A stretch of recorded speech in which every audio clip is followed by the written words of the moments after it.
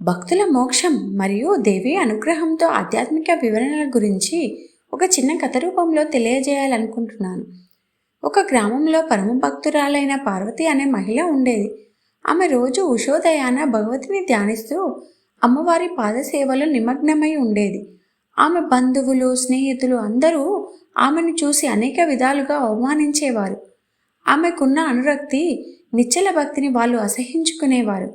కానీ ఆమె ఏ నిబంధనకి దూరం కాకుండా ప్రతి శుక్రవారం అమ్మవారి నామాన్ని జపిస్తూ ఆమె చరణాలలో తన మనస్సును అర్పించేది. ఒకరోజు ఆమెకు దేవి స్వప్నంలో దర్శనమిచ్చి ఇలా అనింది: పార్వతి, నీ భక్తికి నేను తృప్తి చెందాను. నీవు ఎన్నో జన్మలు పుణ్యంగా సంపాదించినవి. నీవు ఇప్పుడు నాలోనికి లీనమవుతావు. నీ మానవ జన్మ తీరినది అని చెబుతుంది. తర్వాత పార్వతి తన శరీరం వదిలి దేవిలోకి లయమైంది. ఆమె చూపిన భక్తి పదం గ్రామంలోని మరెందరికో మార్గదర్శకంగా మారింది. ఆధ్యాత్మిక వివరణల గురించి చెప్పాలి అంటే మొదటగా భక్తి అంటే ఏమిటి? భక్తి అనేది పరమాత్మను నమ్మిన ఒక నిశ్చల మనోభావం. అది అన్నింటికి మించిన శక్తి. దేవిపై నిస్వార్థమైన ప్రేమతో, శరణాగతి భావంతో ఉండే వ్యక్తికి దేవి అనుగ్రహం తప్పక లభిస్తుంది. రెండవది, దేవి అనుగ్రహం ఎలా పొందాలి? నిత్య ధ్యానం అనగా ప్రతిరోజు కొంత సమయం అమ్మవారి ధ్యానానికి కేటాయించాలి. నిష్కామ సేవ, స్వార్థం లేకుండా పూజ, సేవ చేయాలి.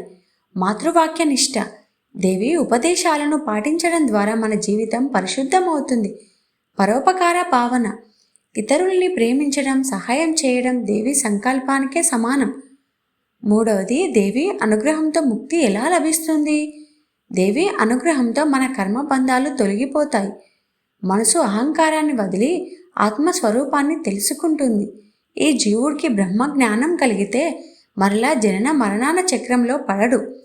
ఇదే విదేహముక్తి లేదా జీవన్ముక్తి. నాలుగవది, దేవీ తత్వం అంటే ఏమిటి? దేవి అనేది శుద్ధ జ్ఞాన స్వరూపం. ఆమె మూల ప్రకృతి, శక్తి, దయ, మోక్షప్రదాయిని. ఆమెను ఒకసారి మనసారా పిలిచిన వారికి ఆమె వెంటనే స్పందిస్తుందంటే అతిశయోక్తి లేదు. ఉపసంహారం అనగా దేవి అనుగ్రహం పొందాలంటే నిశ్చల భక్తితో, శరణాగతి భావంతో అమ్మవారిని ప్రార్థించాలి. అమ్మవారి కృప ఒక్కసారి లభిస్తే ఆత్మకే శాంతి, జీవితానికి గమ్యం, మానవుడికి మోక్షం లభిస్తుంది. భక్తి, విశ్వాసం, నీతి ఉన్న చోటే దేవి వాస్తవంగా ఉంటుంది. దేవి భాగవతం ఇది కేవలం కథ కాదు, ఇది ఒక ఆధ్యాత్మిక ప్రయాణం.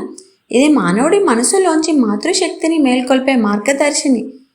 దేవి భాగవతం సృష్టికి మూలమై సంరక్షణకి శక్తి ఇవ్వగల అమ్మవారి తత్వాన్ని తెలుపుతుంది. అది మాయగా చూపించి ఆ మాయనే పారద్రోలే మార్గాన్ని మనకు అందిస్తుంది. ప్రతి కథలో అమ్మవారు ఒక కొత్త రూపం, ఒక కొత్త బోధ, ఒక కొత్త చైతన్యం కనిపిస్తుంది. మధుకైటపుని సంహారం నుండి రాజా సురధుడి జ్ఞానం తానం వరకు అమ్మవారి ప్రతి చలనం మనకు ఆత్మ జ్ఞానాన్ని కలిగించేందుకు ఒక నినాదం. అమ్మవారిని పూజించడం అంటే అలంకారాలు కాదు, మన అంతర్మనస్సుని శుద్ధిపరచడమే. ఆమెను నమ్మడం అంటే భయాన్ని వదిలిపెట్టి విశ్వాసంతో ముందుకెళ్లడమే. ఈ భాగవతాన్ని చదివిన ప్రతి హృదయం, ఈ కథలను విన్న ప్రతి ఆత్మ ఒక మార్పును చూసింది. అది అమ్మవారి అనుగ్రహం.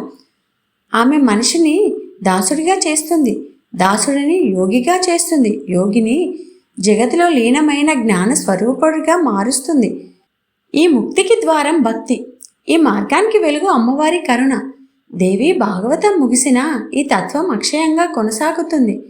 ఏ భక్తుడైనా ఎక్కడికైనా ఎప్పుడైనా అమ్మవారి పాదాల చాటున శరణాగతిని కోరితే ఆమె స్పందించకుండా ఉండదు.